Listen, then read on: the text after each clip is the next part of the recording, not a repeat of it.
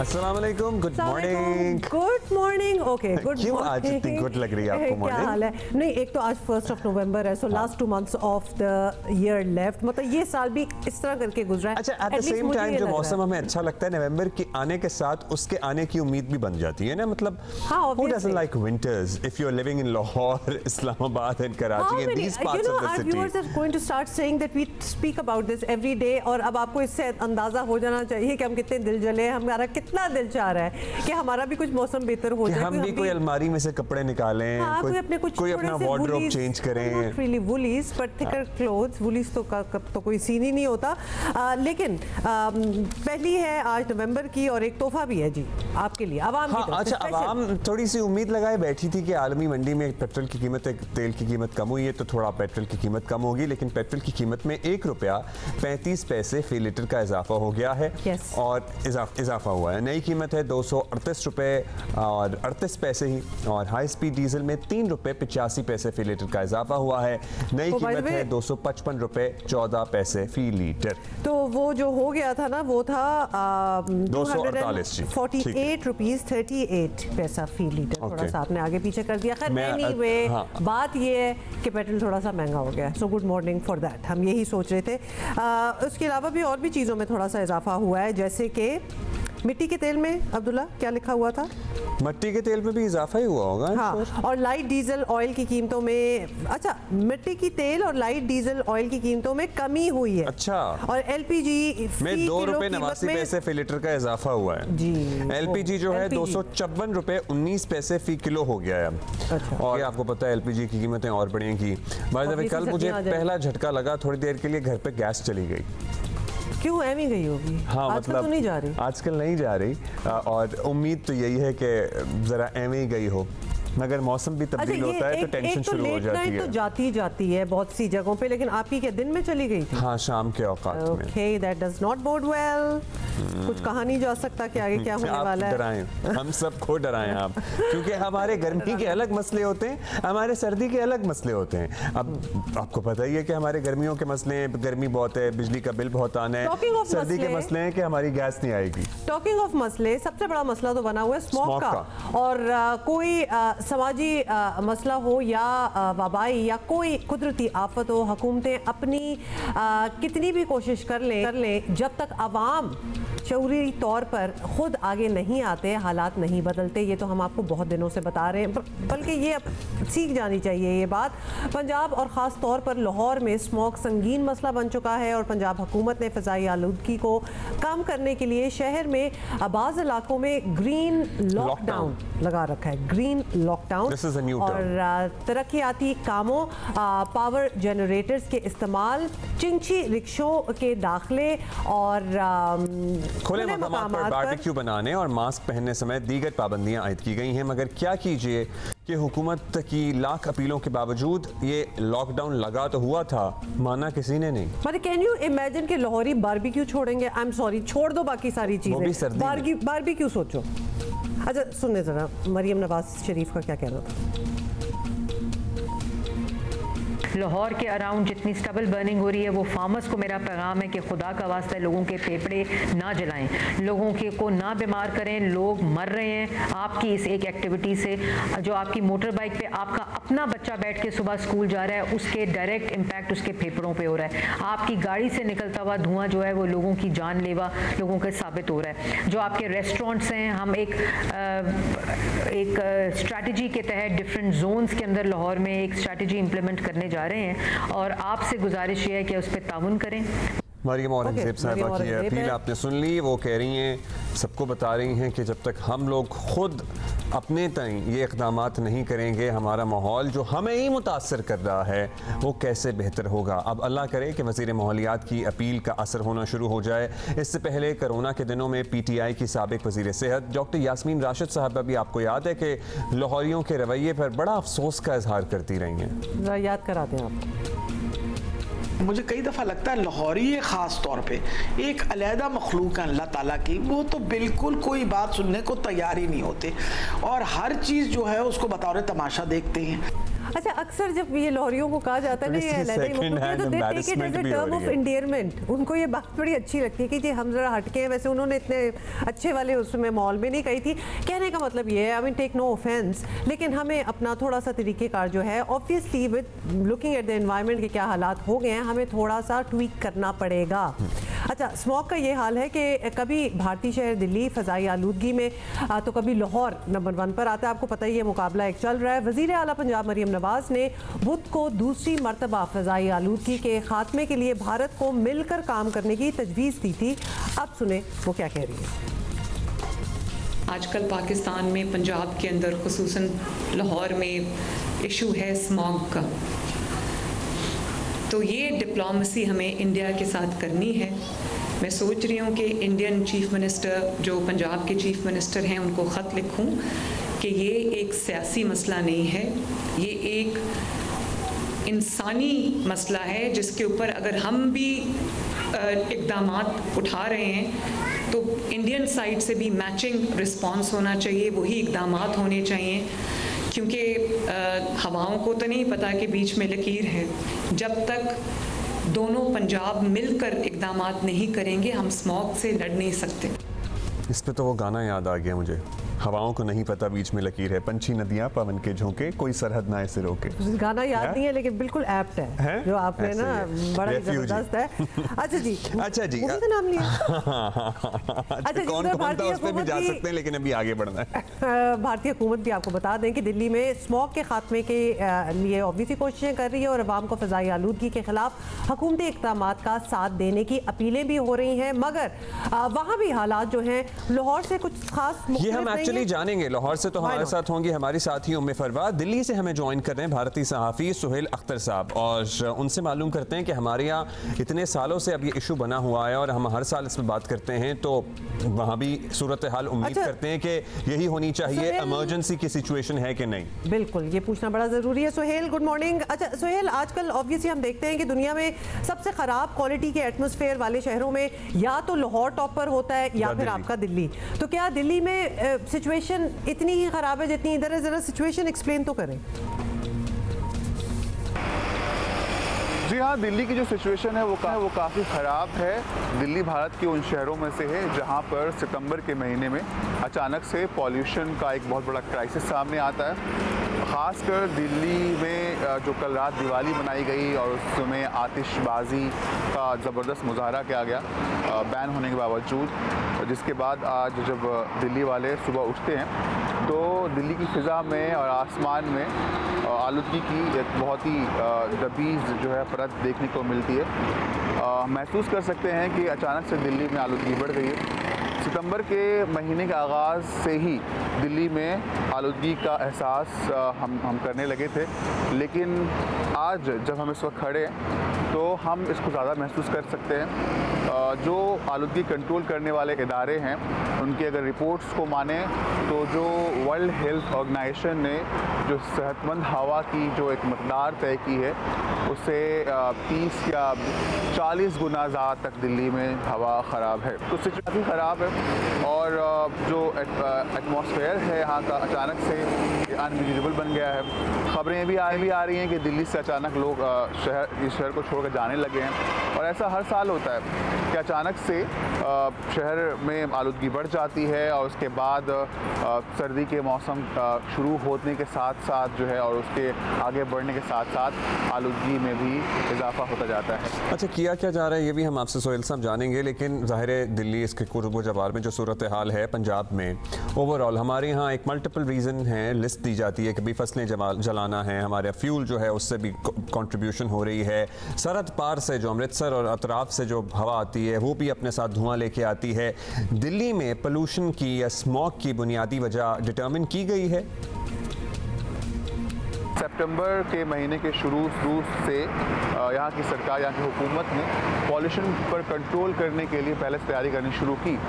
तो ख़बरों में और जो इदारे हैं उनकी तरफ से जो तफसीलात सामने आए उसमें कई वजूहात ऐसी बताई गई जिसकी वजह से दिल्ली में आलूदगी होती है और फ़िज़ाई आलूदगी बदतर होती जाती है। उसमें सबसे जो अहम वजह मानते हैं वो पंजाब और हरियाणा में जो खेतों में जो परालियाँ जलाई जाती है, उसका धुआं दिल्ली तक पहुंचता है, उसके आसपास के इलाकों तक पहुंचता है, उसके बाद यहाँ पर स्मोक की कैफिट होती है और फिर सिचुएशन काफ़ी ख़राब हो जाती है। लेकिन ख़ुद दिल्ली के कुछ इदारे ऐसे हैं जो पॉल्यूशन से वाबस्ता हैं और पॉल्यूशन कंट्रोल से वाबस्ता हैं। उन लोगों के असेसमेंट के मुताबिक दिल्ली में जो आलूगी और जो पॉल्यूशन है और वो जो बढ़ जाती है उसकी वजह खुद लोकल है और यहाँ के जो अंदरूनी वजूहात हैं, शहर में जो एक्टिविटीज़ हैं उसकी वजह से। गुज़श्ता साल जब दिल्ली सरकार ने बहुत कैटेगोरिकली पॉल्यूशन का जब मुताला किया तो दिल्ली सरकार ने माना कि दिल्ली में पॉल्यूशन की एक बड़ी वजह जो है यहाँ कंस्ट्रक्शन भी है, उसके अलावा जो व्हीकुलर मूवमेंट्स हैं वो हैं और बहुत सारे वजूहात हैं इसके पीछे, लेकिन ये दो बड़ी वजह मानी जाती हैं। इंडस्ट्रियलाइजेशन भी है, लेकिन उसके अलावा जो दिल्ली के आसपास जो एक्टिविटीज़ हैं इंडस्ट्रीज़ के या हवा ख़राब करने वाली जो धुएँ निकालने की जो एक्टिविटीज़ हैं वो उसकी वजह से भी दिल्ली के माहौल पर काफ़ी असर पड़ता है। हमने सुना कि जो मरियम नवाज़ हैं वज़ीर आला पाकिस्तान की रियासत की, उन्होंने पंजाब की, उन्होंने स्मॉग सफारत और जो है डिप्लोमेसी की बात की। उस खबर को जो है और उनके इस मुतालबे को इंडिया में भी बहुत अच्छे से लिया जा रहा है, बहुत पॉजिटिवली लिया जा रहा है। हालांकि हुकूमत की जानिब से बराह रास्त मरियम नवाज़ के इस ऑफ़र पर जहां पर वो स्मॉग डिप्लोमेसी के ज़रिए इस पूरे इलाके में आलूगी पर कंट्रोल करना चाहती है, कोई रस्मी बयान तो नहीं आया, लेकिन जो ज़राए हैं वो बता रहे हैं कि हुकूमत हो सकता है कि इस पर गौर करे और इस पर सोच विचार करे। रिसीव कर लिया गया है और उस पर गौर व खौज होने की गौर करना चाहिए, क्योंकि ये तो ये स्पेकुलेटिव बात नहीं है ना कि क्या हो रहा है, क्या मतलब ये फ़िज़ा है, ये अक्रॉस द बॉर्डर फील हो रही है, हम इसको इनहेल कर रहे हैं, हम सांस ले रहे हैं इसमें। फाइनली ये ज़रूर बताइएगा कि क्या कोई स्पेशल इमरजेंसी स्टेप लिए जा रहे हैं वहाँ स्मॉग कंट्रोल करने के लिए दिल्ली में, और दिल्ली वालों की रूटीन में कोई तब्दीली आई है ताकि हम वो भी थोड़ा सा एक कंपैरिजन कर सकें? देखिए, आपको बता दें कि दिल्ली में जो है दो तरह की सरकारें हैं। एक सरकार जो रियासती सरकार है जिसको हम दिल्ली गवर्नमेंट कहते हैं, दूसरी जो गवर्नमेंट है वो सेंट्रल गवर्नमेंट है, जिसका जाहिर सी बात है कि उनके सारे ऑफिसेस दिल्ली में हैं। तो दोनों कोशिश करते हैं कि दिल्ली का जो पॉल्यूशन वो अंडर कंट्रोल है। ज़्यादातर काम जो दिल्ली हुकूमत की जानिब से होता है, दिल्ली हुकूमत जो है कई नुकाती प्रोग्राम्स उन्होंने शुरू किए हैं।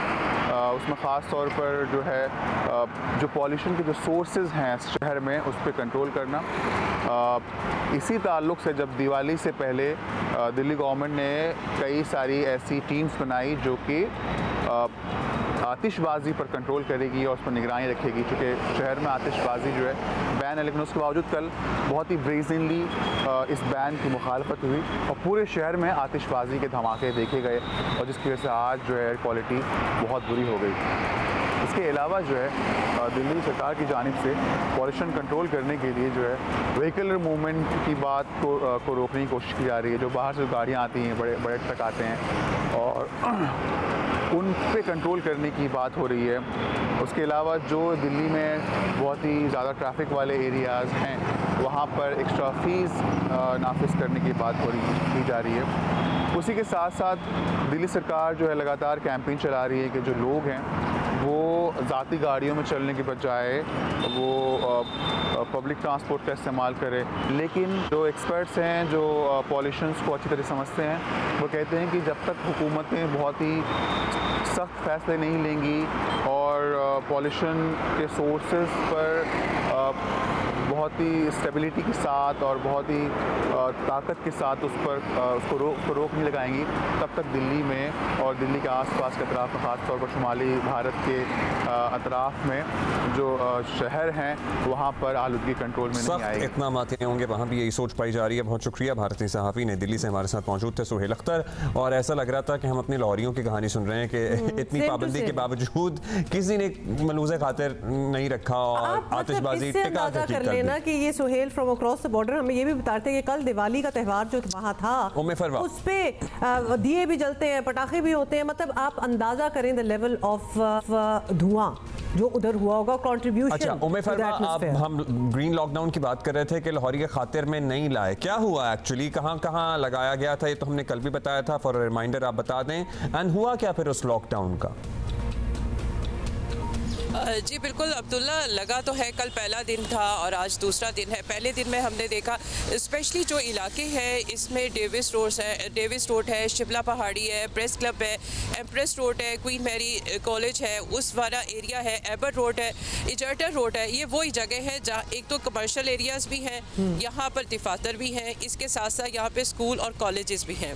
यहाँ पे ग्रीन लॉकडाउन तो लग गया, लेकिन वहाँ पे जो सबसे ज़्यादा हमने मेन चीज़ देखी कि जैसे कि हमारी आवाम जो है वो बिल्कुल भी सीरियस नहीं है। हालांकि यहाँ पे नाक कान गला ये वाले मसाइल बहुत ज़्यादा है, लेकिन उसके बावजूद लोग कोई भी मास्क नहीं लगा रहे, इस मामले में तो कोई सीरियस ही नहीं है। दूसरा ये चीज़ देखने में आ रही थी कि यहाँ पर इन 11 जो एरियाज़ थे इनके अंदर जो रोका गया था वो ख़ास तौर पर जो मोटरसाइकिल रिक्शा है उनको रोका गया था। लेकिन जैसे इलामा इकबाल रोड है वहाँ पर हमने देखा कि मोटरसाइकिल रिक्शा जो है वो आराम से चल रहा है, कोई रोकने वाला नहीं है। सबसे बड़ी बिल्कुल स्टॉप बने हुए हैं और वहीं पर हमें ये चलते हुए भी नज़र आए। और एक जो सबसे बड़ी चीज़ देखने में ये आ रही थी कि जो एम्प्रेस रोड है वहाँ पे एक तो मोटरसाइकिल रिक्शे की भरमार थी, दूसरा तजावुज़ात भी थी, क्योंकि वहीं पर ही लंडा बाज़ार भी लगता है और वो रेडी बांध जो थे वो इतने ज़्यादा वहाँ पे खड़े थे और इतनी ज़्यादा उसमें रेडियाँ थी कि रोड जो थी वो बहुत ही कम गुजरने के लिए रह गई हुई थी। तो और उसके अलावा ये जो था कि ट्रैफिक, आपकी बात से तो बिल्कुल लग रहा है कि ये ग्रीन लॉकडाउन जो है ये ज़बानी कलामी ही है, बट एक्चुअल एक्शन जो है वो तो नज़र नहीं आ रहा। मतलब अगर आप रिक्शों को नहीं रोक सकते जो कि इतने contributor of this smoke and smog हैं, तो फिर क्या बात हुई? अच्छा ये भाई हमारी एक दिल्ली के जर्नलिस्ट से, सहाफ़ी से बात हो रही थी, सिचुएशन वहाँ भी बहुत बुरी है, लेकिन उन्होंने ये ज़रूर एक्नॉलेज किया कि मरियम नवाज़ साहिबा का ये कहना कि हमें मिल के कुछ करना चाहिए, ऑब्वियसली कोई फॉर्मली कोई बात नहीं हुई, लेकिन इस पर कोई टीम बिठाई गई है ताकि कोई बैकडोर डिप्लोमेसी, कोई बैक चैनल कम्युनिकेशन दोनों जगहों से दिल्ली और लाहौर में शुरू हो, ताकि इस पे इस साल एटलीस्ट कुछ शुरुआत तो की जाए इसको कंट्रोल करने के लिए। नहीं हुमा, अभी तो सिर्फ ये एक स्टेटमेंट है जो कि उन्होंने अपने किसी तकरीब के दौरान जो है स्मोक के हवाले से, दिवाली का शायद इवेंट था जिसमें उन्होंने ये बात की है। अभी फिल वक्त तो ऐसी तो कोई बात सामने नहीं आई है कि कोई कमेटी बन गई है और वो लेटर जो है वो भेजा गया है कि इसके ऊपर इस हवाले से इक़दाम होने चाहिए। लेकिन ये है कि हुकूमत अपने तौर पर जो भी है वो कोशिश कर रही है, लेकिन कहीं ना कहीं जो ये ग्रीन लॉकडाउन लगा है इसमें हमें कोई बहुत ज़्यादा पॉजिटिव चीज़ें नज़र नहीं आई हैं। अगर नादरा के बाहर जैसे डीजी माहौलियात ने कहा कि हमने उसको पार्किंग जो है वो सिफर कर दी है, जब तक वहाँ ट्रैफिक वार्डन नज़र आया तब तक तो पार्किंग नज़र नहीं आई, लेकिन जैसे ही ट्रैफिक वार्डन वहाँ से हट गया तो देखने में आया कि पार्किंग इतनी ज़्यादा लग गई। तो ये वो बहुत बड़े मसाइल हैं, जो ट्रैफिक है वो बहुत ज़्यादा इशारा बंद हुआ है, तो ट्रैफिक चारों तरफ यहाँ पे ख़ास तौर पर शिमला पहाड़ी और डेविस रोड पर चारों तरफ से सड़कें चलती हैं, वहाँ पर स्कूल और कॉलेज भी हैं, एक ही टाइम पर छुट्टी होती है तो पेरेंट्स लेने के लिए आ जाते हैं और यही वजह है कि ट्रैफिक फिर बंद हो जाती है। इस चीज़ के ऊपर कोई फोकस नहीं कर रहा। बारबेक्यू अगर आपने 2-4 दुकानें बंद भी कर दी, उस एरिया में तो इतनी बारबेक्यू भी नहीं है। और आप अगर देखेंगे जो सही फूड पॉइंट्स हैं जैसे लक्ष्मी चौक है, ग्वाल मंडी है, पुरानी अनारकली है, आप यहाँ पे चले जाएं, यहाँ तो ओपन बारबेक्यू मिलते हैं। जैसे आपने कहा लाहौर के शहरी बिल्कुल लाहौरी तो रह ही नहीं सकते, और जगह जगह पे आप देखेंगे वो फ्राई हो रही हैं, बारबेक्यू बन रहे हैं। तो आपको ये जगह देखनी चाहिए कि किस जगह पे सबसे ज़्यादा बन रही है। बिल्कुल, बहुत से लोग समझते भी हैं इस बात को, जानते भी हैं, और हम तो हैं ही लाहौर के, तो लिहाजा हमें तो बड़ी अच्छी तरह पता है कि कितने चैलेंजेस होते हैं। बैन भी नहीं हो सकता, खाने पीने की चीज़ों की बारी सबसे एंड में आनी चाहिए, मेरा मानना है। हाँ, लेकिन फिर वही बात होगी ना कि लोगों से, सिटीजन्स ऑफ द सिटी से एक्सपेक्टेशन एक रख रहे हैं, तो उसमें खाना पीना बहुत अव्वल नंबर पे आ ही जाता है। अच्छा जी, हमारे जैसे किसी भी मुल्क की मईशत का इन्हिसार बहुत हद तक एक्सपोर्ट्स पर ही होता है, और एक्सपोर्ट इंडस्ट्री के लिए रीढ़ की हड्डी की हैसियत रखता है पैदावारी शोबा। पाकिस्तान के मैन्युफैक्चरिंग सेक्टर को बहुत से इश्यूज़ का सामना है, लेकिन एक बुनियादी चीज़ ये है कि इस सेक्टर में नई टेक्नोलॉजी का इस्तेमाल ना होना, नए आइडियाज़ की कमी एंड क्रिएटिविटी का फुकदान या whatever the reasons might be. यहाँ ज़रूरत ऑब्वियसली ये है कि सनतकार अपने काम के ज़रिए ख़ुद को एक ज़िम्मेदार माहौल दोस्त के तौर पर दिखाएं। फास्ट केबल्स कुछ ऐसी ही कोशिश में नज़र आता है। फास्ट केबल्स के CEO जो हैं हमारे साथ हैं कमाल महमूद अमजद मियां साहब, और हम वेलकम टू जियो पाकिस्तान। हम ट्रेड डेफिसिट की अक्सर बात करते हैं ना, जब हम बात करते हैं तो हमारी ये जो कंस्ट्रक्शन मटेरियल है बहुत सारा इसमें से इंपोर्ट हो रहा होता है, पर्टिकुलरली ये जो फिनिशेस की बात आती है, लाइटें हैं तो वो सारी चाइना से आ रही हैं एंड एट्सेट्रा एट्सेट्रा। लेकिन फास्ट केबल्स अब इस मरतबा ये जो जितनी भी सीलिंग LED लाइट्स होती हैं, ट्रैक लाइट्स, अब जो फॉल सीलिंग लाइट्स होती हैं, आर्किटेक्चरल लाइट्स होती हैं, उनकी एक पूरी रेंज मुतारिफ करवा रहा है, and that too made in Pakistan. And when we say made in Pakistan, it always excites us. कमाल साहब, हमें इतनी देर क्यों लगी? क्योंकि काफ़ी अरसा हमने गुजार दिया और अब हम अपने मईशत के हालात देख ही रहे हैं। अब हम ज़रा खुद मुख्तार हुए हैं that we should start doing it ourselves. बहुत शुक्रिया having me here. मैं समझता हूँ कि silver lining in the clouds ये है कि जब हम 2000 पिछले 21-22 से हमें जो सीरियस क्राइसिस आए और एक रियलाइजेशन हुई कि हम जब तक अपने खुद इंसारी नहीं अचीव करेंगे और मेड इन पाकिस्तान पे फोकस नहीं करेंगे तो हम अपने जो प्रॉब्लम है उससे नहीं निकल सकेंगे। उसकी जो आपने कहा ना क्यों नहीं पहले हुआ, उसकी वजह ये है कि एक एनेबलिंग एनवायरनमेंट जो है वो प्रोवाइड करना होता है ताकि कम्पेटिटिव हो सके। अगर आपकी इंपोर्ट आपकी फॉर जो भी डॉलर की जो पैरिटी रुपी थी उसको आप आर्टिफिशली मैनेज करने की वजह से या ड्यूटी स्ट्रक्चर जो FTA वगैरह साइन किए तो उनकी वजह से अगर वो इंपोर्ट सस्ती है ख़ुद मैन्युफैक्चर करने से तो डेफिनेटली वो कस्टमर भी कहेगा कि मुझे इंपोर्ट करके दें क्योंकि सस्ती लेगा, और जो बनाने वाला है वो भी कहेगा कि मैं इंपोर्ट करके इसमें कोई ट्रस्ट का भी मामला होता है, बिकॉज एक ये भी एक तासुर है कि अगर इंपोर्टेड चीज़ होगी तो बेहतर होगी। आपको पता ही हम कहते हैं इंपोर्टेड गुड्स हम किस तरह प्रमोट भी करते हैं। जी आपने बड़ी अच्छी बात की। हमारे यहाँ अनफॉर्चुनेटली ये एक जो है ना रियलाइजेशन ओवर द पीरियड ये हमें इसका लैक हुआ है, बजाय इसके कि इसमें हम बेहतरी लाते कि believe in the brand Pakistan. और ब्रांड पाकिस्तान से मुराद है कि जो भी चीज़ पाकिस्तान में बनती है तो हमने अल्हम्दुलिल्लाह पहले केबल्स अचीव किया कि केबल्स में आप टेक्नोलॉजी में इन्वेस्ट किया, इनोवेशन की, तो उसमें एक जो ट्रस्ट है कि जो मेड इन पाकिस्तान केबल है is as good as made in anywhere in Europe या एनीवेयर एल्स, या फिर लोगों तो को अब लगता है कि इट इज़ बेटर। जैसे कि पता है क्या, the product also speaks for itself. जैसे कि अगर पंखों की ऑप्शन है, मुझे कोई कहेगा पंखे चाइना के ले लें या गुजरावाला के ले लें, I will buy a Gujranwala पंखा because I know it would be better. So वो परसेप्शन भी मैन्युफैक्चरर को डेवलप करनी पड़ती है। परसेप्शन बिल्कुल, और कस्टमर एजुकेशन करनी होती है। और उसमें देखें कुछ एलिमेंट्स होते हैं, जैसे आप पहले प्रोडक्ट लेके आते हैं, फिर उसमें आप प्रोडक्ट सर्टिफिकेशंस होती हैं। हमारे अनफॉर्चुनेटली जो सर्टिफिकेशन रजीम है वो भी बहुत ज़्यादा स्ट्रॉन्ग नहीं है। मैं आपको मिसाल देता हूँ, लाइट्स में अभी तक कोई नेशनल लेवल पे कोई स्टैंडर्ड नहीं है कि अच्छा ये मिनिमम कंप्लायंस है जो आपने करनी है। राइट। केबल्स में जबकि ऐसा नहीं है, केबल्स में स्टैंडर्ड्स हैं, everyone has to comply them, whoever will comply them will do. तो हमने ये ट्रस्ट जो पहले केबल्स में गेन किया, एक फास्ट ब्रांड का ट्रस्ट गेन किया, तो उसी को हमने फिर लाइट्स में लेके आए ताकि कस्टमर को ट्रस्ट हो कि when you are buying Fast light you are buying a product which will meet its quality standards and which will fully compliant with the standard जो कि उसके ऊपर लिखे हुए हैं, जो जिसको ऊपर मार्केट किया जा रहा है। तो वी बिलीव कि ये सिर्फ पाकिस्तान के लिए नहीं है, इसी को हम फिर ब्रांड पाकिस्तान को बाहर भी लेके जाएंगे, and if we meet the best standards we will get the same response from customers even outside Pakistan. पता है डिज़ाइन की बड़ी फिर रिस्ट्रिक्शन रहती है। सो आप जो अब ये नई रेंज है ये कितनी डाइवर्स है, इसमें क्या क्या है आपके पास? एक जो वो गोल सीलिंग लाइट होती है वो भी है, और उसके अलावा क्या है? जी आपने बड़ी अच्छी बात की। लाइट्स में स्पेशली केबल्स में तो केबल्स में होता है एज पर स्पेसिफिकेशन होती है, तो कोई उसमें बहुत ज़्यादा वेरिएशन होती है। लाइट्स में you can have thousands of types. तो अभी हम फुल रेंज ऑफ लाइट्स हम बनाते हैं for home, for office, for industry, for street and studios and like. लेकिन उसमें भी if you ask me do we cover like everything, so no company in the world light company can cover everything. होता ही है कि आपको एक specific need है तो उसके लिए स्पेसिफिक एक लाइट भी बन सकती है, लेकिन वो बनाई जा सकती है। We can manufacture that. हाँ बिल्कुल, वी कैन मैन्युफैक्चर दैट। लेकिन अल्हम्दुलिल्लाह अच्छी बात यह है कि no full range of lights. In fact as we speak Lahore में एग्जीबिशन हो रही है आज से 3 दिन के लिए, तो वहाँ पे एक बिग हम जो है ना लाइट म्यूज़ियम हमने एक तरह का लॉन्च किया है so that people can come and experience कि what role lights play in their life.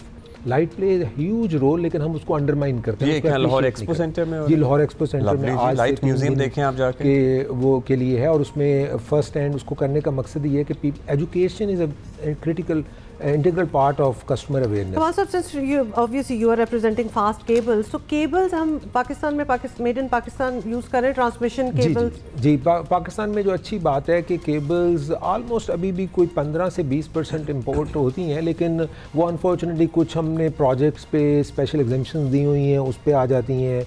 कुछ हमारे यहाँ लोग जो है वो अगर सोलर पैनल लेके आ रहे हैं तो उसके साथ केबल्स ला रहे हैं, और वो एक तरह का, हालांकि वो पाकिस्तान में मिलती हैं लेकिन वो उसको मिस डिक्लेरेशन इस तरह की चीज़ों में आ जाती है। लेकिन majority I mean 80-85% cables need Pakistan की मुल्क में पूरी होती है, और हम एक्सपोर्ट भी कर रहे हैं। लवली जी, good luck for that as well, and it is also a listed company and stock market आपको पता है आजकल तो ज़बरदस्त परफॉर्म कर रही है।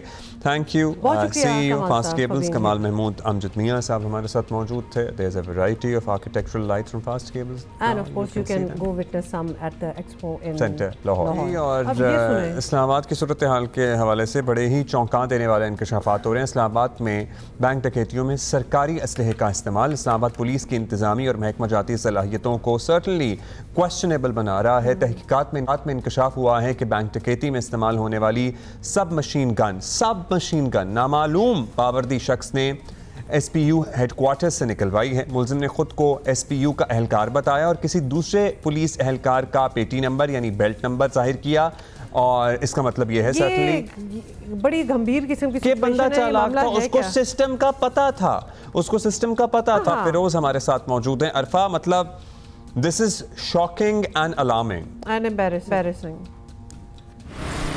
देखिए, टू मच शॉकिंग है, टू मच अलार्मिंग, और ऐसा लगता है जैसे कोई मूवी देख रहे हैं। इस तरह की चीज़ हमने मूवी में ही आज तक देखी है कि एक बंदा जो SPU फोर्स होती है, स्पेशल प्रोटेक्शन यूनिट, देखें जब भी कोई फॉरेन कोई डेलीगेशन आता है या कोई इंटरनेशनल टीम आती है तो उसके लिए एक स्पेशल प्रोटेक्शन यूनिट जो है वो लगाया जाता है। उसके कुछ फोर्सेज होती हैं जिनको उधर तैनात किया जाता है। अब ये बंदा जो अपना दिलावर इसने नाम बताया, ये स्पेशल प्रोटेक्शन यूनिट के एंटर हुआ अंदर, और इसने अपना जो है वो बेल्ट नंबर भी बताया। इसने अपने आप को जो है वो सद्दाम नामी कोई एहलकार था, उसके नंबर की इसने जो असला था SMG वो इसने हासिल की, और फिर ये चला गया वापस। उसके बाद ये जो वाक़यात हैं ये रूनुमाए है, और फिर हमने जो है वो अपने जो हमारे ज़राए थे पुलिस में, उन्होंने इंकशाफ किया कि जो ये गायब हुआ है असलहा, जो स्पेशल इसकी जो रिपोर्ट है वो भी सामने आई है थाना सेक्रेटेरिएट की तरफ से। इंकशाफ हुआ है कि ये जो बैंक डकैतियों और बैंक जो वैने हैं उन पर जो हमला जिस बंदे ने किया है, ये हो सकता है कि ये वो बंदा है जिसने चोरी किया असला। अब बहुत ही एक अजीब सी बात है, 3 से 4 दिन हो गए हैं, अभी तक कोई भी उसके हवाले से कोई गिरफ्तारी लाए अमल में आई हो, कोई जो है वो उसकी तस्वीर आई हो, कोई CCTV आई हो उस थाने की, इवन के कोई CCTV आई हो कि ये बंदा जो है वो आया है, एंटर हुआ है, किस तरह से बाहर ले गया। क्योंकि बहुत बड़ी बात है कि एक कभी भी आप अगर इवन के दरख्वास्त भी दायर करने जाओ अपनी FIR के हवाले से तो आपसे बाहर पूछगछ होती है, फिर आपको जो अंदर लेके जाया जाता है। हाँ, ये जरूर बताएं कि प्रोटोकॉल होता क्या है। नहीं जानते थे, मतलब ये अपना पेटी नंबर दे, प्रोटोकॉल क्या होता है कि कोई भी दे दे, कोई चेक नहीं होता, कार्ड भी तो होता होगा, कोई फिजिकल चीज, कोई पुलिस कार्ड, कोई शनाख्ती कार्ड, एग्जैक्टली, कोई डॉक्यूमेंटेशन होती है, तस्वीरी वेरिफिकेशन नहीं होती।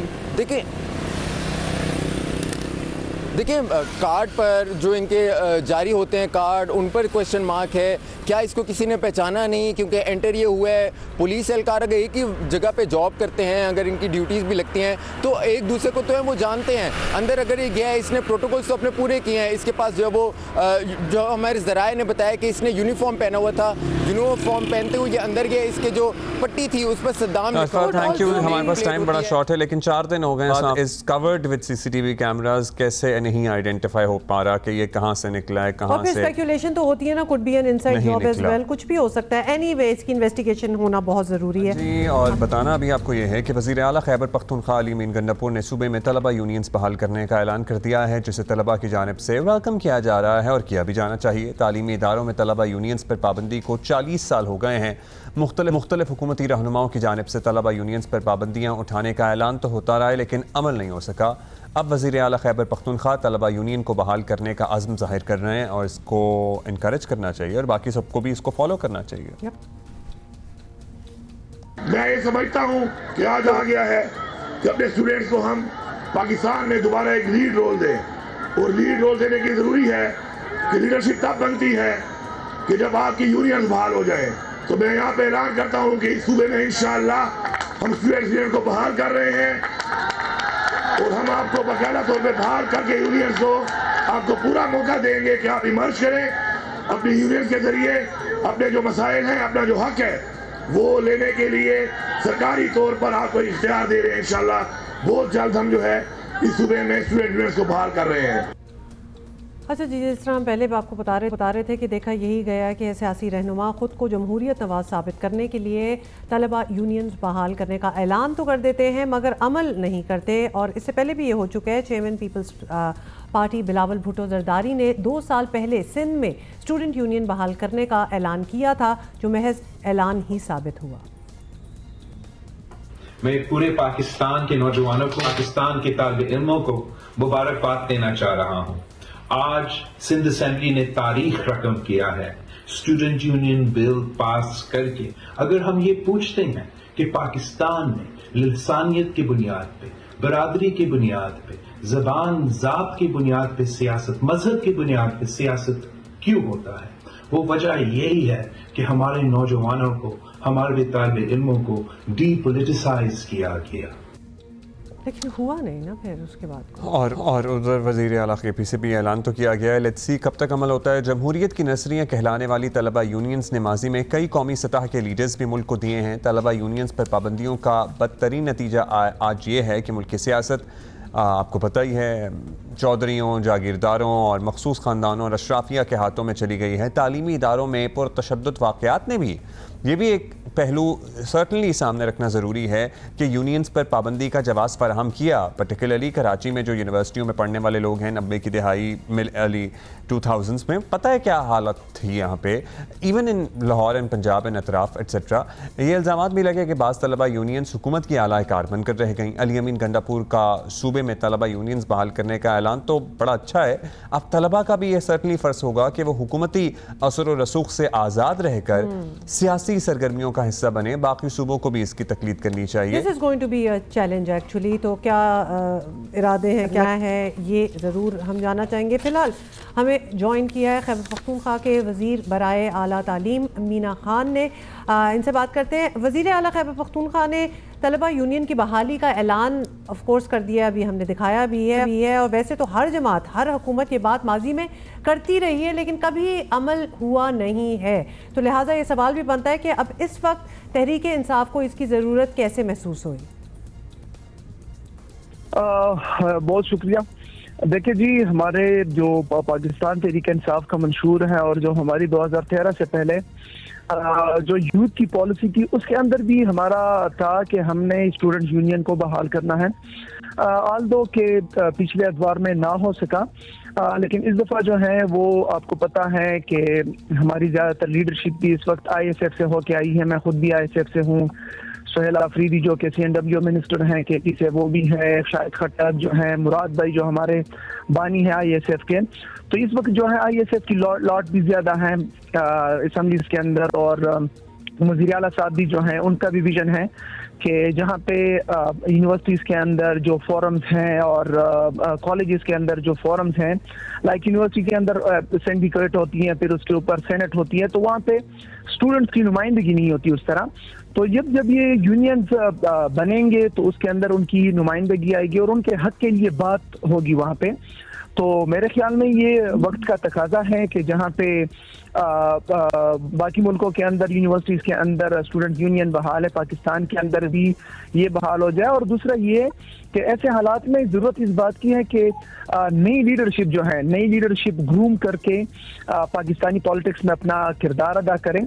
और ये ऐसी ही ग्रूम होगी कि जब हम उनको ऐसे मौके फराहम करेंगे कि वो यूनिवर्सिटीज़ के अंदर पॉलिटिक्स करें पॉजिटिव, और वहाँ से ग्रूम करके जो है अगेन मेन स्ट्रीम पॉलिटिक्स के अंदर आए। अच्छा, ये बताइएगा मीना खान साहब के तहरीक इंसाफ जो तलबा यूनियन की बहाली, तलबा की अमली सियासत में शमूलियत की बात करती है ना, तो लगता ही है कि सिर्फ इंसाफ स्टूडेंट्स फेडरेशन की बात हो रही है। दीगर जमातों की नुमाइंदगी और उनकी यूनियंस भी उतनी ही अहम हैं, उनके तलबा विंग्स या कुछ गैर सियासी नौजवान भी होते हैं, उनको भी इस अमल में हिस्सा लेना चाहिए। ये कैसे यकीनी बनाएंगे कि सबको लेवल प्लेइंग फील्ड मिले? ISF तो कर ही लेंगे आप लोग।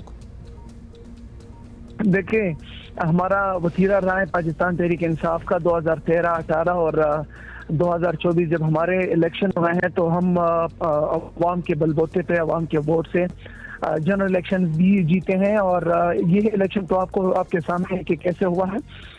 इसके लिए इंशाअल्लाह ताला हम आगे देखेंगे कि इसके लिए क्या कानून साजी करनी पड़ेगी, क्या कैसे प्लेटफॉर्म मुहैया करना पड़ेगा, किस तरीके से हम क्या करेंगे, वो प्रोसेस सारा हम देखेंगे। उसके बाद जो है साफ शफाफ इलेक्शन होंगे। और ये जो है ISF से मखसूस ये लिंक नहीं है, बल्कि ये स्टूडेंट यूनियन है। इसके लिए कोई भी खड़ा हो सकता है, कोई भी आगे आ सकता है और कोई भी इसके अंदर हिस्सा ले सकता है। तो ये है कि तहरीक इंसाफ का ताल्लुक नहीं, हाँ तहरीक इंसाफ ने स्टूडेंट यूनियन के लिए स्टेप लिया है, ये हमारे पार्ट पे आएगा। लेकिन ये है कि हिस्सा सब ले सकते हैं, साफ शफाफ अमल होगा और जो भी लीडर सामने आएंगे, हम तो चाहते हैं कि कौम को लीडर्स मिले, तो जिस भी पार्टी से हो, जिस भी नजरियात से हो, जो भी आना चाहें हिस्सा ले सकते हैं और वो आगे आ सकते हैं। अच्छा, एक और कंसर्न है जिस पे आप अपनी राय दे सकते हैं कि जब नौजवानों को सियासी शऊर देने की बात होती है तो जो सियासतदानों से ऑब्वियसली तवक्को की जाती है कि वो उन्हें एक आइडियल लीडर बनकर दिखाएंगे, लेकिन बात फिर वहीं से शुरू हो जाती है कि इंसाफ छीनना पड़ेगा, इनकलाब खून से आएगा, जला दो, मार दो, मतलब वगैरह वगैरह ये बातें होती हैं। तो क्या लगा दो पुलिस वालों को, तो क्या इस सब को सियासी शऊर कहना चाहिए भी या कोई और तरीका होना चाहिए? देखिए, जला दो, गिरा दो, ये तो हम नहीं कहते, लेकिन हम ये कहते हैं कि मेरा लीडर भी कहता है कि हम इस सिस्टम के अंदर रिफॉर्म्स लाएंगे, इनकलाबी इक़दाम करेंगे और ऐसी चीज़ें लाएंगे कि जब जहाँ पर सबको उसका उन लोगों को जायज़ हक मिले।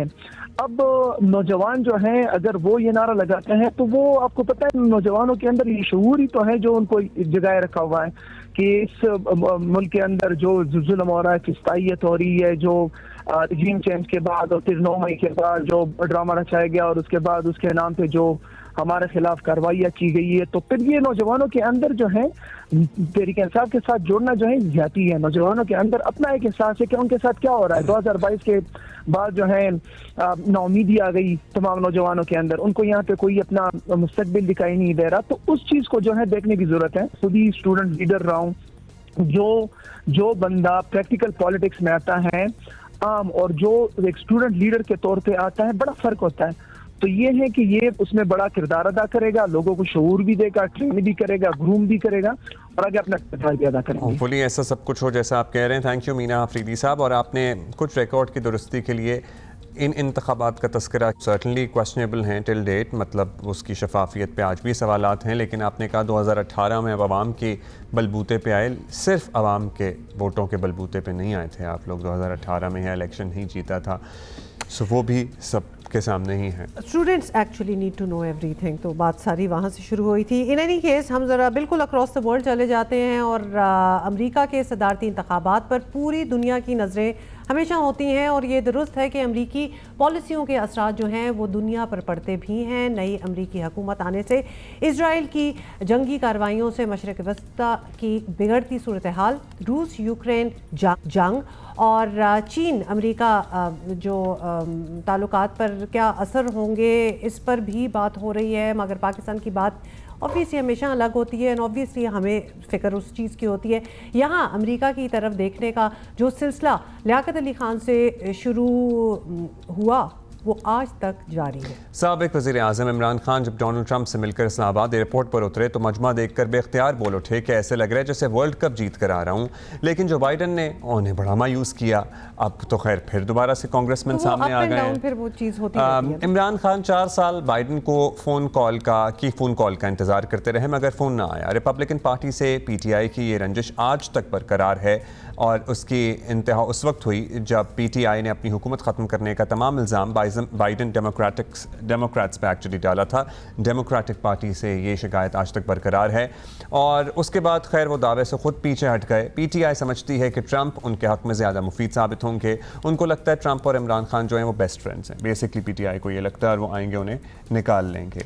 बहुत सी मुमासलतें भी, पैरेलल्स भी ड्रॉ किए जाते हैं दोनों की पर्सनालिटी के दरमियान। तो बेसिकली उनका यही इंतजार है कि इमरान खान साहब की रिहाई जो है उसका हुक्म आ जाएगा। और तो फिर मुझे बताएं वो अमरीकी मुदाखलत होगी कि नहीं होगी? अब ये तो कुछ कहा नहीं जा सकता ना, लेकिन तो अभी जो खत लिखा गया वो भी है अमरीकी मुदाखलत के नहीं है। लतीफ़ खोसा साहब ने क्या कहा है पहले ये देख लेते हैं, हो सकता है कुछ मेंशन किया हो। दूसरी तरफ एक्चुअली क्या हुआ? हाँ, वही मैं कह रही हूँ ना कि अब जो आप सवाल भी उठा रहे थे, तो दूसरी तरफ पाकिस्तानी पार्लियामान के 160 अरकान ने अमरीकी कांग्रेस के 62 अरकान की जानिब से सदर जो बाइडन को इमरान खान की रिहाई के लिए लिखे गए ख़त का सख्त रद्द-ए-अमल दिया है। वज़ीर आज़म शहबाज शरीफ के नाम लिखे गए ख़त में कहा गया है कि कांग्रेस अरकान ने एक ख़ास पार्टी के बेबुनियाद सियासी बयानिए को बढ़ा चढ़ाकर पेश किया है और ये पाकिस्तान के अंदरूनी मामलात में मुदाखलत है और ऐसा लगता है कि ट्रंप के मुकाबले में कमला हैरिस की जीत हुकूमत को शायद ज़्यादा तस्कीन देगी। सो लेट्स सी, एक्चुअली इसमें बहुत सी राय हैं और लेकिन वहाँ पे किस तरह का मुकाबला है? कांटे का मुकाबला तो है या फिर ट्रंप के एक्चुअली जीतने के इम्कानात अफवाज़ें हैं? ये हम जानेंगे। सीनियर तज्ज़ियाकार डॉक्टर आदिल नजम हमारे साथ मौजूद हैं। डॉक्टर साहब, वैसे तो आप हर बार ही अमरीकी इलेक्शंस पर आपको पता ही है हमें हमारा साथ देते हैं और दुनिया की नज़रें होती हैं क्यों ना हो।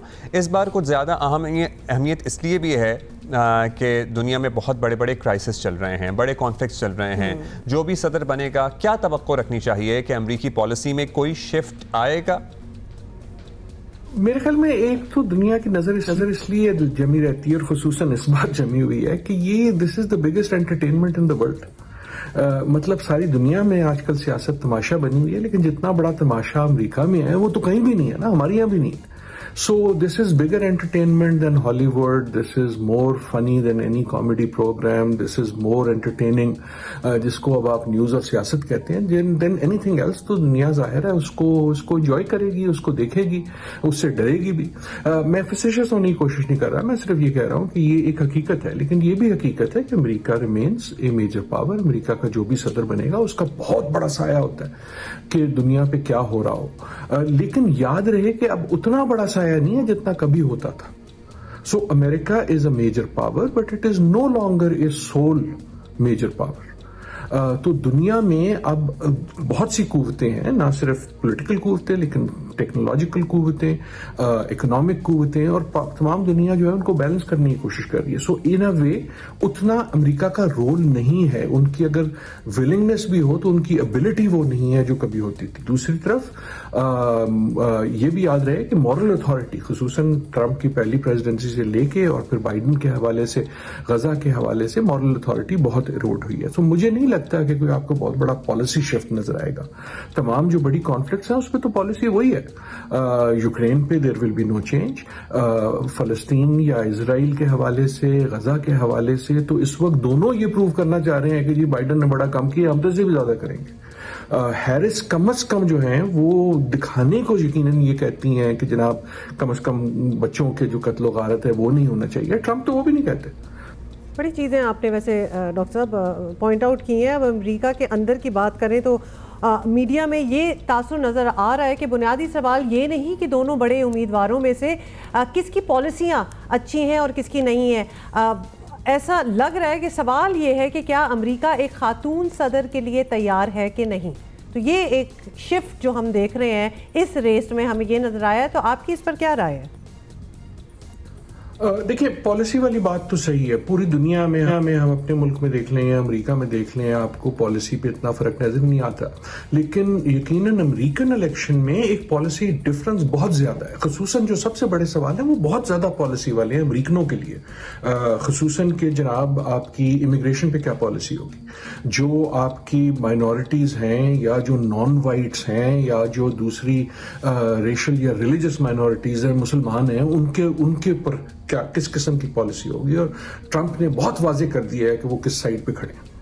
और इन अ वे हैरिस ने चाहे वाजे किया हो या ना हो, लेकिन बाय ऑपोजिशन वो दूसरी साइड में, तो मेरे ख्याल में ये कहना अमेरिका के लिए दुरुस्त नहीं है कि पॉलिसी डिफरेंस नहीं है। जहां तक खातून होने की बात है, I also don't agree with that. यकीनन ट्रंप का कैंप ये बताना चाहता है, जो ट्रंप के हामी है उनका मौक़िफ़ यकीनन ये होता है कि जनाब ये जो है ना बेसिकली सिर्फ विमेन वोट है। लेकिन इन वे जो सबसे बड़ा सरप्राइज है इसके कमला हैरिस का खातून होना कितना कम जिक्र होता है उसका इस इलेक्शन में। Alright, that's an interesting point as well. अच्छा, जल्दी से जो बस वक्त कम है, हम सारे पॉइंट्स कवर करना चाहते हैं। यहाँ पीटीआई समझी बैठी है कि जैसे ही ट्रंप आएंगे उधर से वो रिहाई करा देंगे इमरान खान साहब की, तो ये उम्मीदें सही बांधी हुई हैं उन्होंने? आई थिंक ये खुशफहमी है पीटीआई की, नहीं पाकिस्तान की, कि हम शायद इतने इम्पोर्टेंट हैं, चाहे वो प्रो इमरान हो चाहे वो एंटी इमरान हो, कि जो जनाब अमेरिकन इलेक्शन जो है 4 दिन पहले, इलेक्शन से पहले ये सोच रही होगी कि हम इसलिए आ जाएंगे कि ताकि हम जो है ना पाकिस्तान की सियासत पे कोई असर डाल सकें। आई डू नॉट थिंक कि Pakistan merits that sort of importance आज की अमेरिका में, और खुसूसन ट्रंप के लिए तो बिल्कुल भी नहीं। रिपब्लिकन्स पे मैं बाद में आ जाता हूँ, ट्रंप के लिए बिल्कुल भी नहीं। ट्रंप जो है अगर आप देखें तो उनको तो अपनी बीवी की फिक्र नहीं है, उनको अपने बच्चों की फिक्र नहीं है, तो इमरान खान की क्या फिक्र होगी उनको? कौन सा दुख होगा उनको डेमोक्रेसी का? I don't think there is any logic in that. ना ही लॉजिक दूसरी तरफ है, वो ये भी खबर आती है कि जनाब नवाज शरीफ अमेरिका आ गए हैं क्योंकि इलेक्शन होने वाली है, उन्होंने किसी से मिल लेना, एज इफ के मेजर पॉलिटिशियंस जो हैं जो प्रेसिडेंट के लिए रन कर रहे हैं वो बाकी काम छोड़ के किसी पाकिस्तानी प्राइम मिनिस्टर की फिक्र करेंगे, साबिक प्राइम मिनिस्टर की, चाहे वो जेल में हो चाहे वो अमेरिका में हो। That is not how it works, that is not. I on the other hand politically अगर आप पीटीआई के सपोर्टर हैं तो कोई भी तिनका अगर कहीं भी नजर आता है, कोई भी ये जरा हमारा एक प्रॉब्लम, बिकॉज हम अपने आप को बहुत चीज में फिट कर देते होते हैं और हम समझते हैं कि हमारे इर्द गिर्द चीजें रिवॉल्व कर रही हैं। बहुत अहम था या उसका वहम था? Thank you for your perspective. अच्छा, अब बात करेंगे सीनियर सहाफी उमर चीमा हमारे साथ हैं। उमर, आपसे भी ऑब्वियसली बड़ी बातें हैं, लेकिन ये बताएं कि अमेरिका में सदारती इंतखाबात में पाकिस्तानी जो है वो हमेशा एक बड़ी दिलचस्पी दिखाते हैं और they look like and they feel like कि वो बड़े इन्वेस्टेड हैं इसमें, और इस दफ़ा तो लग रहा है कि जैसे हम स्टेक होल्डर हैं। तो ख़ास तौर पे तहरीक इंसाफ को ट्रंप से बड़ी तवक्कुआत हैं, क्या इन तवक्कुआत की कोई माकूल वजह या लॉजिक आपको नज़र आती है? पीटीआई वाले जो हैं वो काफ़ी पुरुमीद किस्म के लोग हैं। पहले वो मंसूर अली शाह साहब से तवक्कुआत लगाए बैठे थे कि वो जब आएंगे तो उनके लिए बेहतरी आएगी, और नवंबर में कुछ बहुत ज़्यादा तवक्कुआत रखते थे। अब शाह साहब जो हैं वो तो आउट हो गए चीफ़ जस्टिस की रेस से, और अब उन्हें ट्रंप पर तवक्कुआत हैं कि ट्रंप आएंगे ना तो फिर कोई इमरान खान की सुनवाई होगी, सुनी जाएगी बात। इमरान खान जो हैं और जो डोनाल्ड ट्रंप हैं वो भी नज़रियाती तौर पे तो एक जैसे हैं, और जो उनका तर्ज़ सियासत है वो भी एक जैसा है, और लिहाजा उस लिहाज से तो वो अपने आप को हो सकता है कि कामरेड तस्वर करें और कोई ट्रंप इस हवाले से कुछ करे। लेकिन ट्रंप क्या कर सकता है? ट्रंप जो है ये डिपेंड करता है कि पाकिस्तान का अमेरिका पर कितना ज़्यादा इन्हिसार है।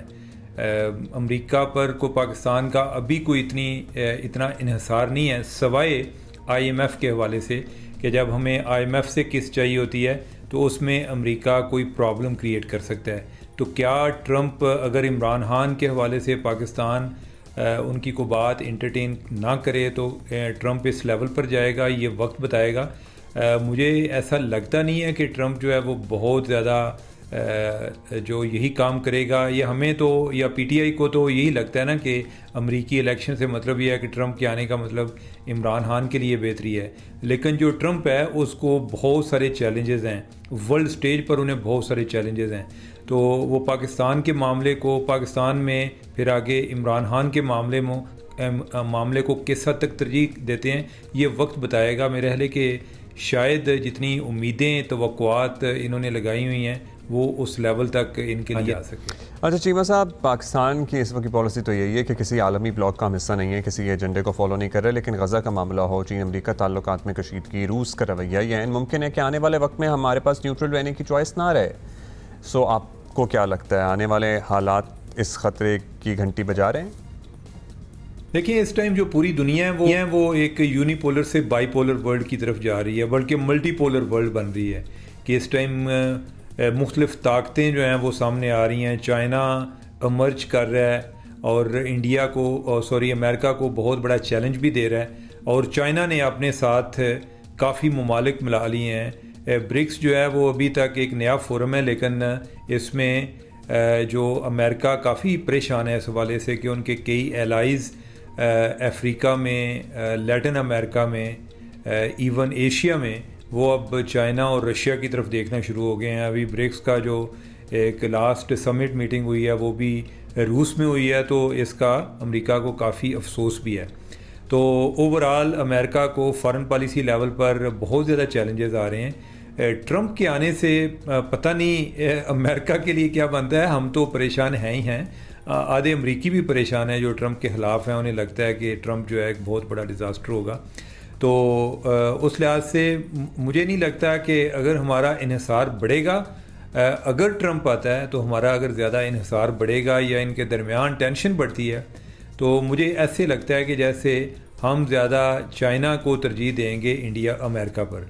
अमरीकी जो हैं वो ओवरऑल वक्त के साथ वक्त ने ये साबित किया है कि उनकी निस्बत चाइना के साथ हमारे ताल्लुकात ज़्यादा देर पर रहे हैं और काबिले भरोसा रहे हैं। अमरीकी जो हैं वो अपना काम निकाल के तो निकल जाते हैं। ऑब्वियसली वो तो हमारा टाइम टेस्टेड फ्रेंड है, काम निकाल के निकल जाते हैं। थैंक यू उमर चीमा, आपने अपना पर्सपेक्टिव दिया। जंग और जियो के ताउन से आर्ट्स काउंसिल कराची में जारी वर्ल्ड कल्चर फेस्टिवल अपने इख्तिताम की जानिब बढ़ रहा है। बाय द वे कल आखिरी दिन है, कल इसका आखिरी दिन है। हाँ बिल्कुल, मतलब दिस इज द एंड। और हमने कितने आपको आज और कल होने वाली है आसिम अजहर की परफॉर्मेंस, और वो शिफ्ट कर दिया गया वेन्यू कहाँ जी? केएमसी ग्राउंड, एमसी क्या? बिकॉज ऑब्वियसली एक्सपेक्टेशन है कि कुछ ठीक ठाक किस्म की आवाम आने वाली है। अच्छा, उसी तरह यहाँ देखने के लिए हर रोज़ ही बल्कि हज़ारों लोग भी आए हैं और कुछ नया भी मिला है। Every day was a new day. और आज हमारे साथ हैं फ़न की दुनिया के दो मुख्तलिफ जॉनरास के दो लोग, और जो अपना काम जो है वो यहाँ लेके आए हैं। अज़रबैजान से आए हैं दादेश नामादोव, जिनके फ़नपारों की नुमाइश की जा रही है, और इजिप्ट से आए हैं भाई थिएटर परफॉर्म करते हैं, डायरेक्टर हैं, राइटर हैं, प्रोड्यूसर हैं मोहम्मद अलसावी। वर्कशॉप्स भी कर रहे हैं। यस, जो वर्कशॉप्स भी कर रहे हैं। Mohammad, welcome to Pakistan, welcome to the studio. दादेश, welcome to yourself. I am assuming this is your first time in Pakistan? Yes, my first visit. Lovely. So tell us about your art, and you are doing an exhibition here. So what is it about? We brought here one collection.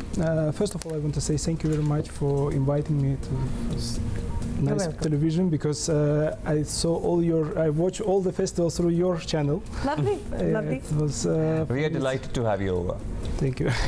So what I want to say, I brought one collection of art pieces where the intangible cultural heritage was. This project always changing with different art pieces. Here in Karachi we present art pieces like oil and canvas. We brought carpets, we drawn carpets, we brought scarves, traditional scarves. Kalagai, which people doing the same way like in ancient time, and still it's in the fashion. Okay. So it's very beautiful scarves. So you do the painting on these things? I'm as a curator here on this festival, but I'm also a painter. I'm also doing art, visual art. But here for a moment I brought an interesting project which called Second Life. Okay. Second Life is second life to the damaged carpets. All right. Damaged old carpets which are useless, and you don't throw them away.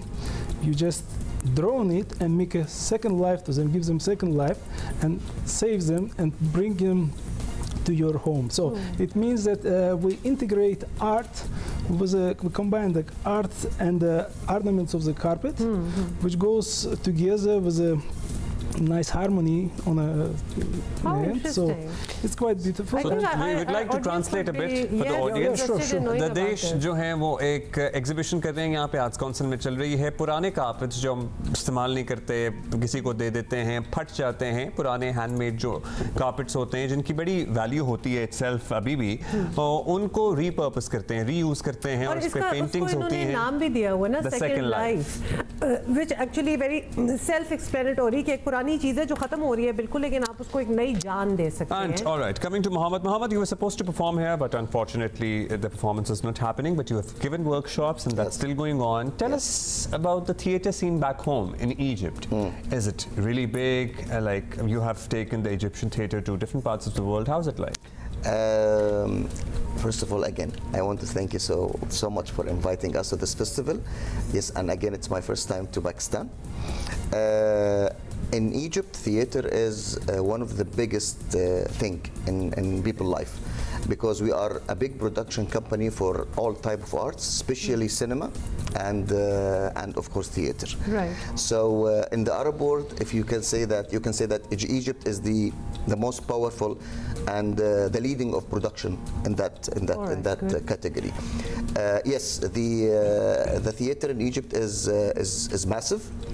And I have started in Egypt, and with government issues and also with private. But 10 years ago, I moved to Dubai, taking my Egyptian style to Dubai, and I have founded a group called Arabistic, and we actually did a lot of theater there, a lot of awards, alhamdulillah, and we are growing day by day. And that's why from that achievement, I got recognized by the team in Pakistan, and they invited me to come here. So what topics usually are your theater performances based on? Because we are looking at some of the clips here. Yeah.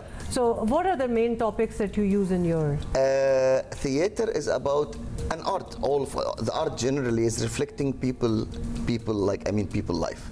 I am personally prefer to go with something related to people relationship. All right. So something you can relate. Some people talking about politics. Some people talks about murders, complications. Sure. I always prefer to go with the relationship between people. I think it also connects with the audience. So yeah, because it relates, and it doesn't, and you can understand it no matter what's your language. People will still relate, because father is father. A lot of topics in the world are global, are universal. Exactly. Everybody understands. So that's right. Sorry. All right, Dadesh, coming to you because we're short on time. Yeah. How have the people, perceived this exhibition, or what has the response been like? I didn't expect so much people will be interested and will visit this exhibition. So I really tell the truth. From my first day in Pakistan, I'm surprised. Thank you to my good friend of mine, Ahmed Shah, for inviting me onto the festival. It's my first experience with being in Pakistan and seeing the Pakistani scene. I see so much creative people. Yes. So many nice artists. For this short period, I communicate with a lot of interesting people and create good relations for further projects. And I would say that this festival is a fantastic festival. There's a lot of different performance, dance, music. So much of it, because we've had for 38 days. So 38 days, it's a fantastic job. It's like one of the biggest festivals we have had. Thank you so much, both of you, for coming here. It's one of the biggest festivals of the world now. It has established itself. लेकिन हम अपने soft power और soft image की बात करते हैं, तो ये तरीकेकार होते हैं. Thank you, Dadesh. Thank you very much. Thank you for being with us, and enjoy your time. आखिरी दिन रह गया जी कल, और हमने आपको बता दिया कि बहुत बड़ा इवेंट है कल, जो कॉन्सर्ट है, तो उस पर आप जरूर ओके. ये हम दोबारा से कंफर्म कर रहे थे कि बात यही हो रही है. IMF के एक और मुतालबे पर अमल करते हुए FPR ने 56 बड़े शहरों में, पाकिस्तान की बात हो रही है, जायदाद की सरकारी कीमत 80% तक बढ़ा दी है. और नई सरकारी कीमत का इतलाक आज 1 नवंबर से होगा. हुकूमत को उम्मीद है कि इस फैसले से टैक्स ज़्यादा जमा होगा. अब होगा कि नहीं होगा? माशी माहिरीन इस बात का खदशा जाहिर कर रहे हैं कि फैसला हुकूमत को उल्टा भी पड़ सकता है. यानी जो प्लॉट 2 करोड़ रुपए का था, अब वो 15% मज़ीद महंगा हो जाएगा. ज़मीनों की खरीदो फरोख्त मज़ीद कम होने से टैक्स वसूली में इजाफे के बजाय कमी आ सकती है. बढ़ती महंगाई की वजह से की खरीदारी पहले ही ना होने के बराबर है. टैक्स उमूर के माहिर अमायद इशफाक साहब हमारे साथ मौजूद हैं, उनसे बात करते हैं. अमायद साहब, बताइएगा, सबसे पहले तो यही समझाते हैं कि FPR ने प्रॉपर्टी की कीमतें जो बदली हैं, इसका क्या हदफ है और इससे क्या हासिल होगा? देखें जी, इन प्रॉपर्टी के जो फेयर मार्केट वैल्यू रेट्स बढ़ाने का मकसद होता है वो तो एक तो ये होता है कि या तो ईयरली या हर 2 साल बाद एडजस्टमेंट हो जाए जो मार्केट रेट चल रहा है उसके मुताबिक।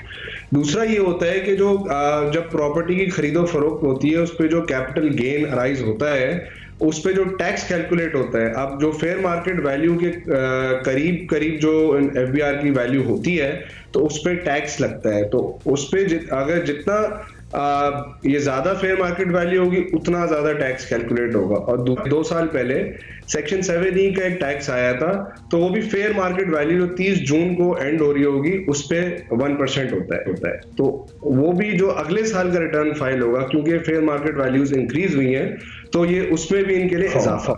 अच्छा, ये भी बताइएगा कि ये तो खैर आपको पता ही है कि पाकिस्तान में रियल एस्टेट में सरमाया लगाना एक बहुत बड़ी आबादी की प्रैक्टिस है इधर, और ये इंडस्ट्री बज़ाहिर इसी पर खड़ी है। तो फिर अपना घर ऑब्वियसली ये भी सभी का ख्वाब होता है। एक आम पाकिस्तानी और रियल एस्टेट मार्केट पर एफपीआर के नए रेट्स का आपके ख्याल में क्या असर पड़ेगा? देखिए असल आपको पता है इशू क्या है? असल इशू जो है जो जिसको मैं मेनेस बोलता हूँ वो है जो फाइलों की ट्रेडिंग होती है। इन फाइलों की ट्रेडिंग की वजह से जो जेन्युइन बायर होता है वो बेचारा पॉलिसीज और टैक्सेशन की मद में जो इजाफा होता है उसमें वो मार खा जाता है। तो जब तक ये फाइलों की ट्रेडिंग नहीं रोकी जाएगी तब तक जो है ये ब्लैक इकोनॉमी या ग्रे इकोनॉमी भी चलती रहेगी, और तब तक जो है वो रियल एस्टेट आपका सिर्फ एक ग्रे इकोनॉमी का हब बना रहेगा। एक्चुअली में ये सेक्टर को अगर डेवलप करना है तो रियल एस्टेट इन्वेस्टमेंट ट्रस्ट जो रीट मॉडल है उसके थ्रू करना होगा ताकि डॉक्यूमेंटेड पैसा आए और वो डॉक्यूमेंटेड तरीके से जो है डिस्ट्रीब्यूट हो और एक्चुअली में उसकी जो मैनेजमेंट ओवरसी करे। ऑलराइट, क्या असर पड़ता है इसका? बिल्कुल, इसका इम्पैक्ट क्या होगा? माया अशफाक साहब बहुत बहुत शुक्रिया। That is all for today. Yeah. So, enjoy your weekend and there's a concert happening here in Karachi. बहुत कुछ लाहौर में भी हो रहा है और साथ में स्मोक भी हो रहा है। So प्लीज उसका भी ध्यान रखें, अपने माहौल का खुद ख्याल रखें। So yeah. Bye. See you Monday.